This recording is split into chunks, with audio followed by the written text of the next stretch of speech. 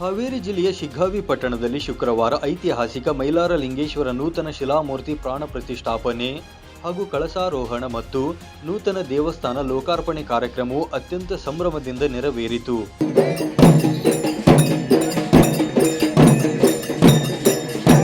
ಈ ನಿಮಿತ್ತ ವಿವಿಧ ದೇವರ ಮೂರ್ತಿಗಳ ಮೆರವಣಿಗೆ ಕಾರ್ಯಕ್ರಮ ಹಮ್ಮಿಕೊಳ್ಳಲಾಗಿದ್ದು, ಕಾರ್ಯಕ್ರಮಕ್ಕೆ ವಿರಕ್ತ ಮಠದ ಸಂಗನಬಸವ ಶ್ರೀಗಳು, ಹಿರೇಮಣಕಟ್ಟಿ ಶ್ರೀಗಳು ಚಾಲನೆ ನೀಡಿದರು.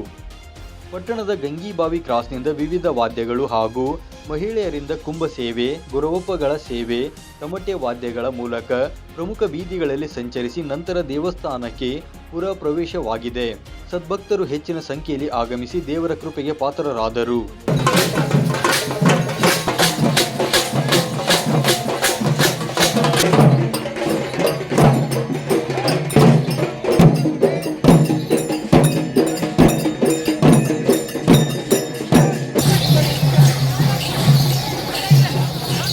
ಈ ಸಂದರ್ಭದಲ್ಲಿ ಹೆಸ್ಕಾಂ ಅಧ್ಯಕ್ಷ ಅಜ್ಜಂಪೀರ್ ಖಾದ್ರಿ, ಪುರಸಭೆ ಅಧ್ಯಕ್ಷ ಸಿದ್ಧಾರ್ಥ ಗೌಡ ಪಾಟೀಲ್, ಚೇತನ್ ಸ್ವಾಮಿ ಸೇರಿದಂತೆ ಸಮಿತಿಯ ಅಧ್ಯಕ್ಷ ಸುಭಾಷ್ ಚೌಹಾಣ್, ಸಂಗಪ್ಪ ಕಂಕನವಾಡ್, ಲಿಂಗರಾಜ್ ಗಾಣಿಗೇರ್, ಮಂಜುನಾಥ್ ಕಟ್ಟಿಮನಿ, ನಿಂಗಪ್ಪ ಇಂಗಳಗಿ, ಚೆನ್ನಪ್ಪ ಎಲಿಗಾರ್ ಹಾಗೂ ನೂರಾರು ಭಕ್ತರು ಸಾರ್ವಜನಿಕರು ಉಪಸ್ಥಿತರಿದ್ದರು.